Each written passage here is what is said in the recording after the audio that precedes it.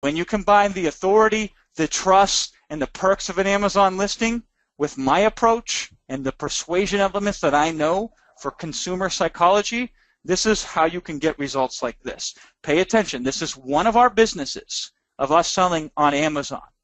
And there's a lot of interesting things going on here, but this is specifically what we're referring to right here. Sessions and order item session percentage. So sessions are what Amazon refers to as visitors to your listing.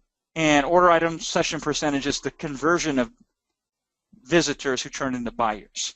Now, this is across all of our products on Amazon for this one brand. We have many brands, but this one specific brand, across all of our products, 10.9% conversion. That means 1 out of 10 people, however they find this on Amazon, turns into a buyer.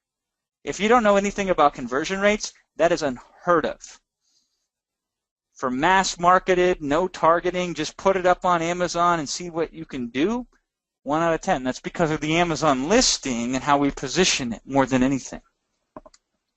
Most customers actually do better than us, but because we can position it and reach as far and easily as possible hands off, it usually goes down about 10%. But don't be surprised if you see 20 to 25%.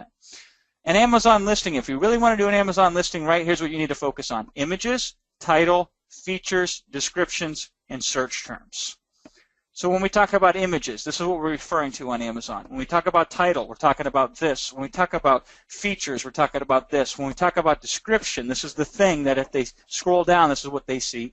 And search terms are something that no customer sees. But when you set up your Amazon listing, you can fill these in right here.